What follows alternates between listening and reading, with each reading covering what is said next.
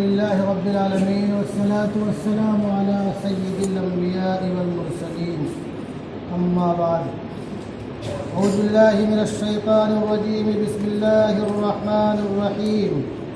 قل يا أهل الكتاب تعالوا إلى كلمة سواء بيننا وبينكم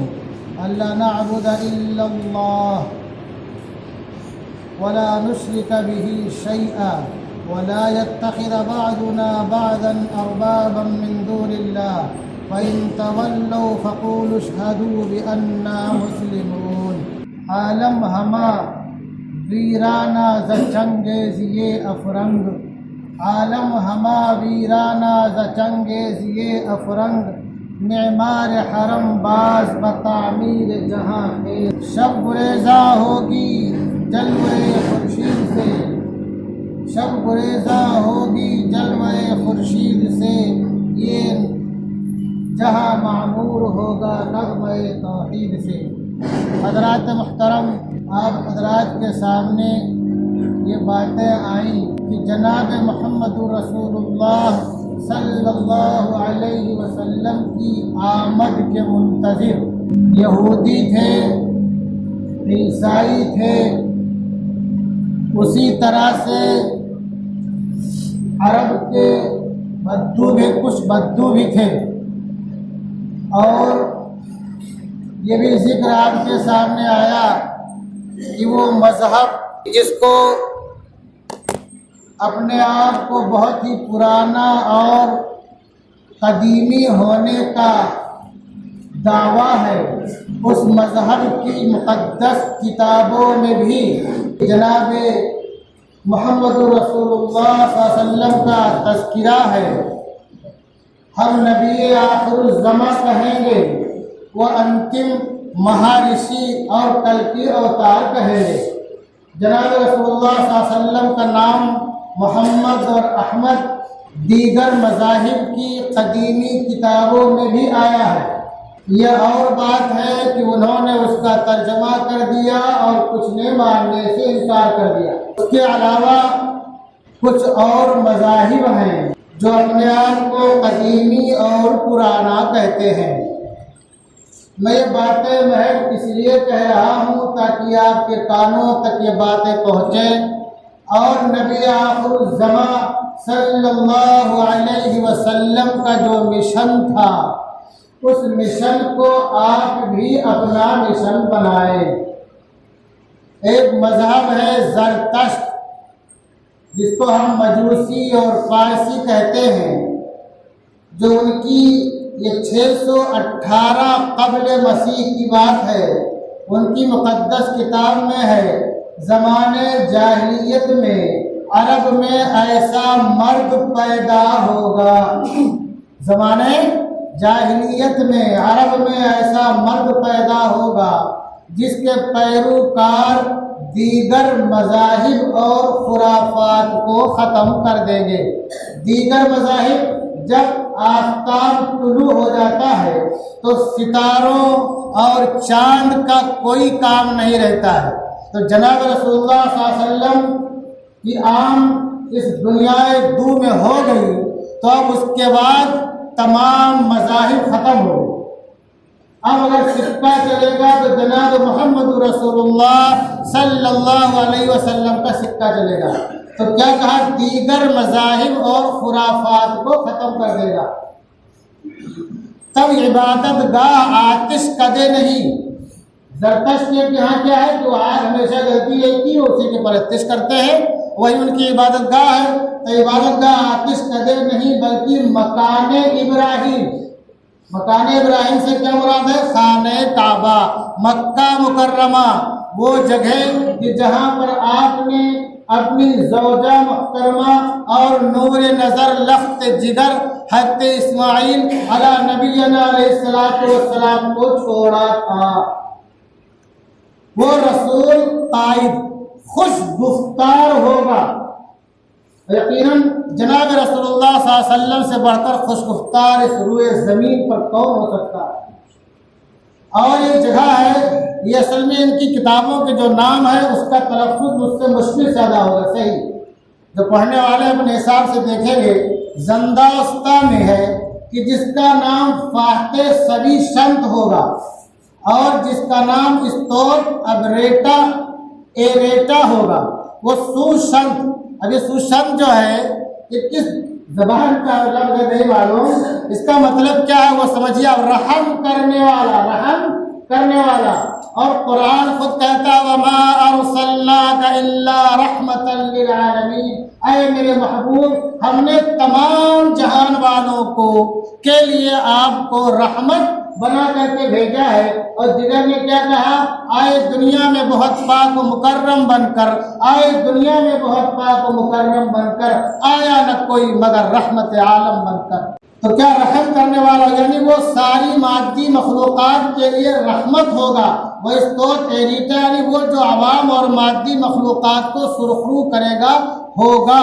کیونکہ وہ خود مثل مادی مخلوقات اور زندہ انسانوں کے وہ مادی مخلوقات کی تباہی کے خلاف کھڑا ہوگا، اور دو پائے مخلوق یعنی انسان کے نشے کے خلاف کھڑا ہوگا۔ آپ نے فرمایا اللہ کل مسکر حرام، کہ ہر نشاور چیز حرام ہے، تھوڑی ہو چاہے زیادہ ہو۔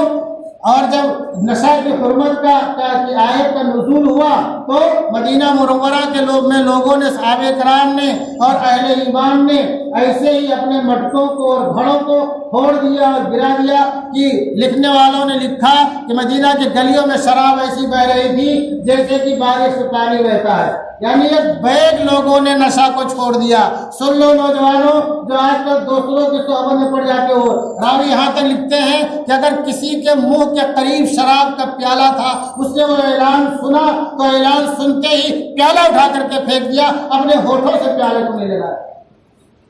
تو کیا نشہ کے خلاف کھڑا ہوگا، اور ایمانداروں میں گناہوں کے یعنی بت پرست جیسے لوگ اور مجوسوں کے غلطیوں جو گناہ کے خلاف کھڑا ہوگا۔ تو یہ جو زرتشت مذہب ہے، ابھی تو دنیا میں اس کی تعداد بہت کم ہے، لیکن جہاں پر بھی ہیں یہ بہت مضبوط ہیں اور مضبوطی کے ساتھ ہیں، اور مادی اور معاشی وسائل ان کے قبضے میں ہیں، انہوں نے معاش پہ بہت دھیان دیا ہے۔ تو گویا کہ ان کے یہاں بھی نبی آخر الزماں کا تذکرہ ہے۔ اب آتے ہیں اپنے بھارت میں جنمنے اور پنپنے والے دھرم کے تعلق سے۔ یہ بدھ دھرم کے جو بانی ہیں مہاتما گوتم بدھ، ان کی جو پیدائش ہے 536 قبل مسیح، 536 قبل مسیح۔ یہ جو شمالی بھارت کا علاقہ جو نیپال کی ترائی ہے، کپل وستو کے قریب لمبینی کے جنگل میں ان کے وہاں ولادت ہوئی، اور کس طرح سے ان کو گیان ہوا اور اپنے تبلیغ میں لگ گئے۔ تو ان کا جو اصل مشن تھا وہ ظلم و زیادتی کو ختم کرنا تھا، اصل جو مشن تھا ظلم و زیادتی کو ختم کرنا تھا۔ یہ اور بات ہے کہ اس وقت کے جہاں آباد ہیں، ان کو جہاں طاقت ملی ہوئی ہے وہاں ظلم و زیادتی ہی ان کی سلطنت کی بقا کی ضامن ہے، یہ اور بات ہے، اس کے خلاف کام کر رہے ہیں ان کے ماننے والے۔ تو شودروں پر ہو رہے مظالم اور بھید بھاؤ کے خلاف علم بلند کیا، انسانوں کی طبقاتی تقسیم اور برہمنزم کو توڑ کر شودروں کو انسانی تقدس و احترام دلانے کی تعلیم پیش کی۔ میں عرض کر دوں کہ یہ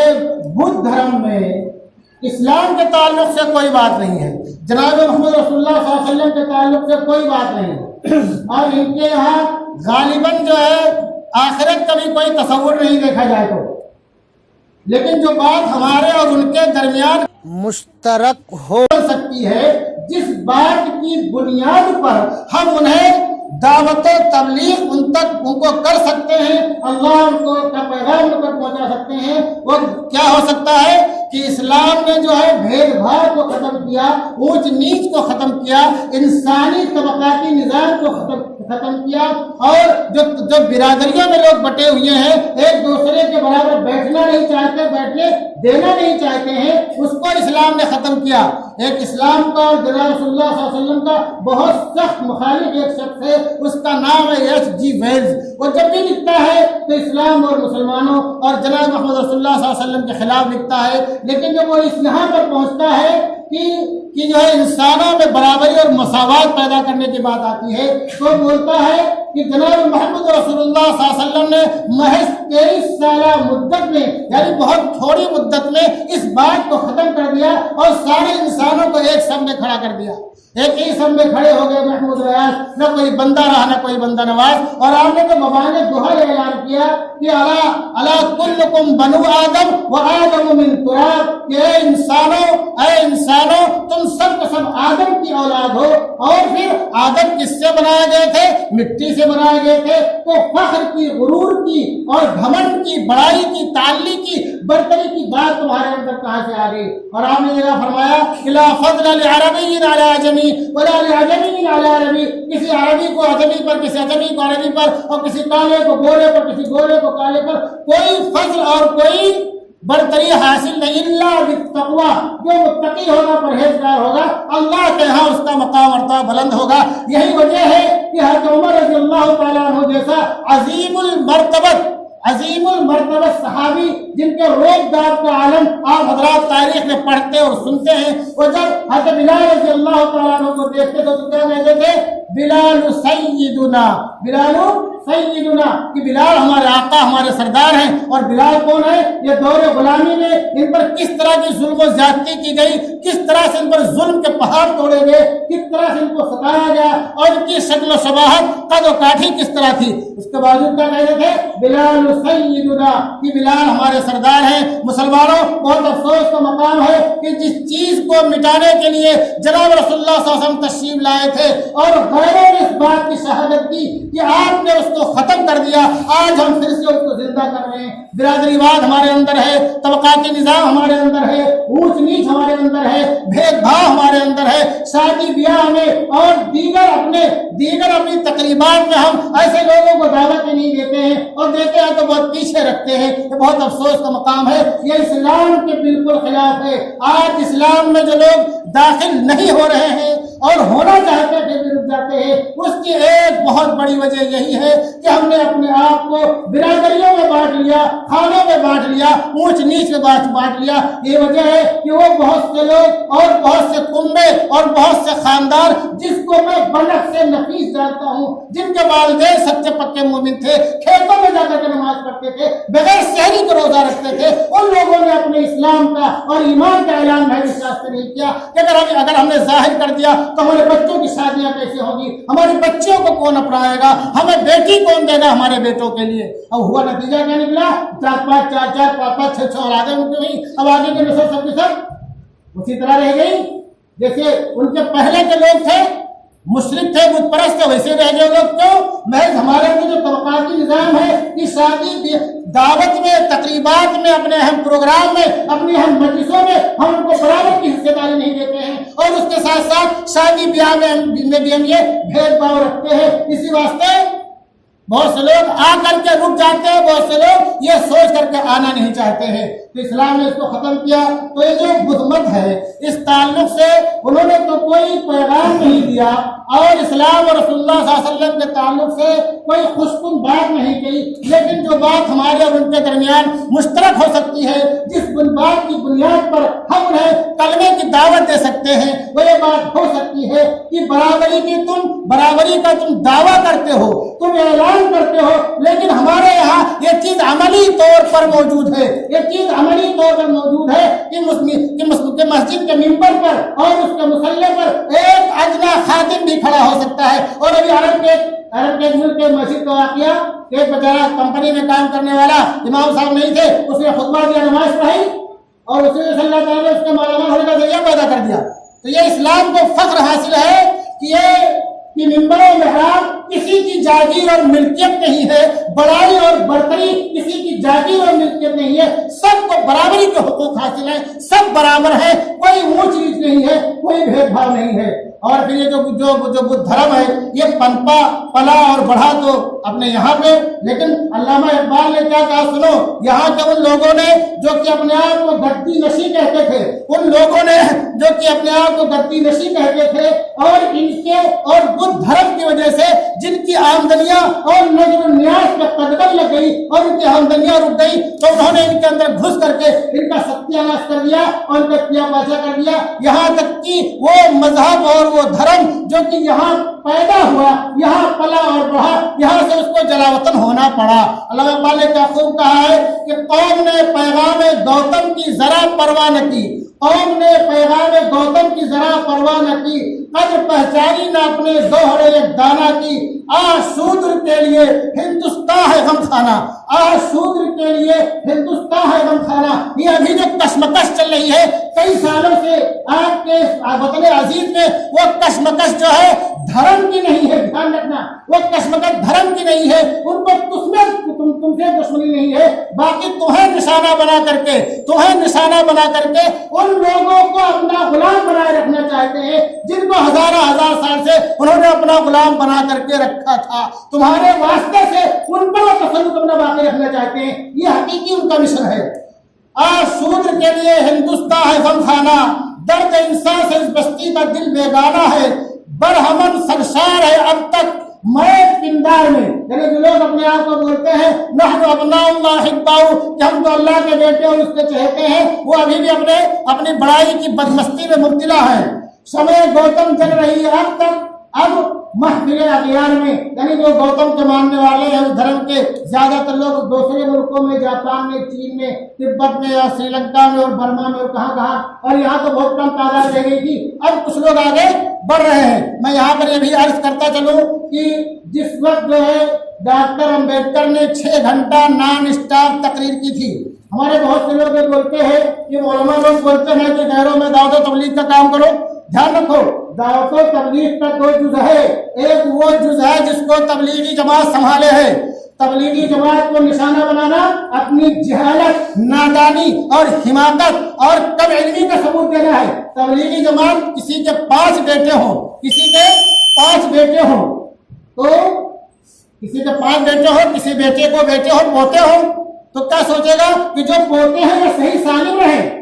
ان کا دوا علاج، ان کے کھانے پینے کا اچھا انتظام کیا جائے، اور جب پوتے ابھی دنیا میں نہیں آئے ہیں وہ ان کے لیے کوشش کرے گا، لیکن زیادہ کوشش کس کے لیے کرے گا کہ دنیا میں پوتے موجود ہیں، ان کی صحت و عافیت کے لیے، ان کی تعلیم و تعلم کے لیے، ان کے لباس و پوشاک کے لیے کرے گا۔ تو ایسے ہی جو تبلیغی جماعت کے احباب ہیں جو مچھلی شکار کی ہوئی اپنے تھیلے میں ہے وہ چھٹک نہ جائے، وہ اس کو سنبھال کر رکھنا چاہتے ہیں، یہ اپنی ذمہ داری بحسن و خوبی انجام دے رہے ہیں، ان کو نشانہ بنانا، تان و تشریح کرنا یہ ہماری جہالت ہے اور آئندہ ہماری نسلوں کی ارتداد کے دہانے پر جانے کا اشارہ ہے۔ اور دوسرا دعوے کا کام کیا ہے جو یقیناً بہت اہم کام ہے، بہت اہم کام ہے اور اصل کام ہے، وہ کیا ہے؟ غیروں تک اللہ کا پیغام پہنچانا، غیروں تک اللہ کا پیغام پہنچانا۔ غیروں تک اللہ کا پیغام پہنچانے والوں میں بہت کم لوگ ہیں، گنے چنے لوگ ہیں، اور جو 2-4 لوگ تھے جن کا نام آتا تھا کبھی کبھار،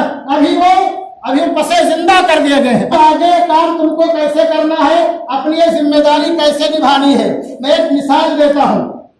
ایک کتاب ہے صدائے دن، دنیا کی تاریخ میں بہت سے مفکرین آئے، مصلحین آئے، علماء آئے، مشائخ آئے، لیکن ماضی قریب میں جس کو دنیا نے مفکر اسلام کہا اور جس کی 32 سال کی عمر میں ماذا خسر العالم بانحطاط المسلمین، 32 سال کی عمر میں وہ کتاب حضرت نے لکھی اور اسی عمر میں پوری دنیا میں ان کا ڈنکا بج گیا، اور حضرت کی کوئی ایسی کتاب نہیں ہے کہ جس کتاب کا دنیا کی مختلف زبانوں میں تذکرہ نہ ہوا ہو۔ کتنا درد رکھتے تھے، کتنی فکر رکھتے تھے۔ جو لوگ اسلام کے قریب نہیں آ رہے ان کو اسلام کے قریب کیسے لایا جائے، اور جو لوگ حلقہ بگوش اسلام ہیں وہ سچے پکے مومن کیسے بنے رہیں۔ جتنے بھی ان کے اسفار ہوتے تھے اپنے تقریباً ہر سفر میں دعوت کے پیغام کو عام کرنے کی کوشش کرتے تھے، لوگوں کو ابھارتے بھی تھے۔ ایک بہت بڑے عالم ہیں شیخ قطانی، مراکش کے ہیں، یہ مراکش کے شیخ قطانی، ان کی کتاب ہے الاسلام فی حسبانیہ، اسپین یعنی اندلس کی تاریخ اگر آپ نے پڑھی ہوگی اور نہیں پڑھی ہوگی تو پڑھ لینا کہ وہاں مسلمانوں کی عظیم حکومت رہا کرتی تھی، لیکن ایسا ستیہ ناش ہوا اور کیا پاچا ہوا کہ مسلمان کیا وہاں کوئی اللہ اکبر کہنے والا، کوئی کلمہ توحید پڑھنے والا نہ بچا، یہاں تک کہ دنیا کی جو سب سے بڑی مسجد تھی اس میں کوئی اذان دینے والا نہ بچا۔ اس طرح سے یا تو تحس نحس کر دیا گیا، یا مرتد ہو گئے، یا جلا وطن ہو گئے، یا کوچ کر گئے، ہجرت کر گئے۔ حضرت نے جب وہاں کا سفر کیا ہے تو جو بچے آتے ہیں دوسرے علاقوں سے پڑھنے کے لیے، غرناطہ، اشبیلیا اور یہ میڈرڈ میں، تو کیونکہ حضرت جہاں جاتے تھے تو لوگ جڑ جاتے تھے، حضرت کا بیان بھی ہوتا تھا، رائے مشورہ بھی لوگ لیا کرتے تھے۔ تو حضرت جو نوجوان وہاں مسلم نوجوان تعلیم حاصل کرنے کے لیے تھے تو ان طلبا کو آپ نے مخاطب کر کے کہا کہ تم یہاں پر ہو، تمہاری ذمہ داری بنتی ہے کہ تم اللہ کے پیغام کو عام کرو، تم کو پڑھنا بھی ہے، دھیان رکھو، پڑھنا بھی ہے اور اللہ کے پیغام کو عام کرنا بھی ہے، اور ایسا ماحول بنانا ہے کہ کم از کم یہاں ایک مسجد بن جائے جس میں 5 وقتہ اذان اور نماز باجماعت۔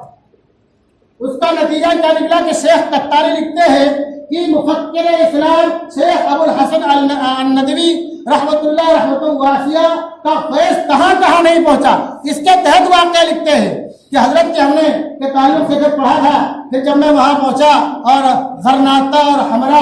ہمرا میں بہت بڑا جو بہتر قصر الحمرا اور قصر الزہرا جو مشہور تھا، حضرت کی باتوں میں سوچ ہی رہا تھا کہ میں نے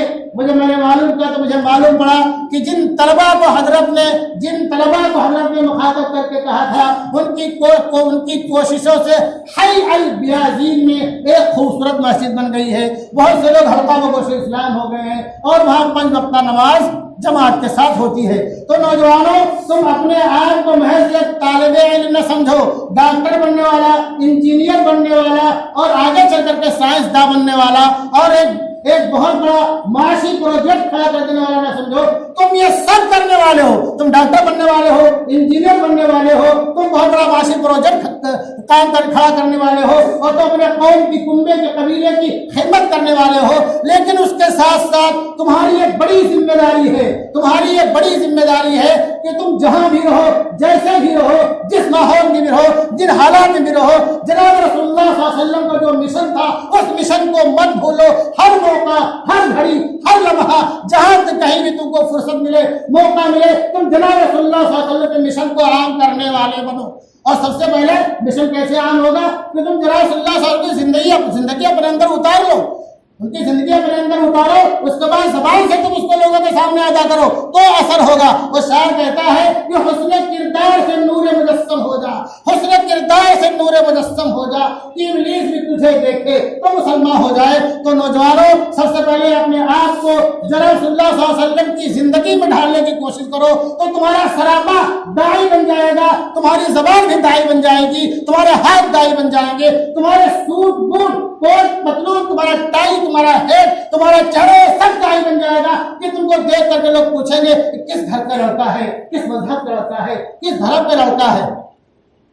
تو کیا بھائی تمہارا مذہب کیا ہے، تم کس کو مانتے ہو کہ شریف آدمی ہو؟ تو اس طرح سے آپ فطری طور پر جناب صلی اللہ علیہ وسلم کا جو مشن تھا اس میں تم لگ جاؤ گے، اور بعد میں پھر تمہارے زبان کا نمبر آئے گا اس کے بولنے کا، پھر تمہاری انگلیوں کا نمبر آئے گا لکھنے کا۔ رسول اللہ صلی اللہ علیہ وسلم کی سیرت و زندگی کے بارے میں بس میں یاد کر دوں کہ 2-3 جمعہ سے جو باتیں ہو رہی تھی وہ خالی آپ کو سنانا مقصد نہیں تھا، بہت سی باتیں رہ گئی، وقت بہت کم ہوتا ہے، خالی یہی مقصد تھا کہ جتنے بھی پرانے اور قدیمی مذاہب ہیں سب میں جناب رسول اللہ صلی اللہ علیہ وسلم کا تذکرہ ہے۔ اگر کہیں تذکرہ کسی مذہب میں نہیں ہے تو جناب صلی اللہ علیہ وسلم کی تعلیمات کا تذکرہ ہے۔ تو اس حوالے سے، اس واسطے سے ہم دوسروں تک اللہ کے پیغام کو پہنچا سکتے ہیں۔ میں پھر آخر میں عرض کر دوں، حضرت مولانا ابو الحسن الندوی رحمۃ اللہ علیہ کے سفر نامے کو جو حضرت نے برما کا سفر کیا تھا غالباً 1964 میں، اور 2-3 مہینے وہاں تھے، وہاں کے ہر بیان میں آپ نے یہی کہا تھا کہ مسلمانوں، تم کہیں سے بھی آ کر کے یہاں آباد ہو گئے، بس گئے ہو، تمہارا کام خالی جیب بھرنا نہیں ہے۔ اگر تم نے خالی جیب بھرنے کی کوشش کی، خالی کاروبار سے لگے رہ گئے،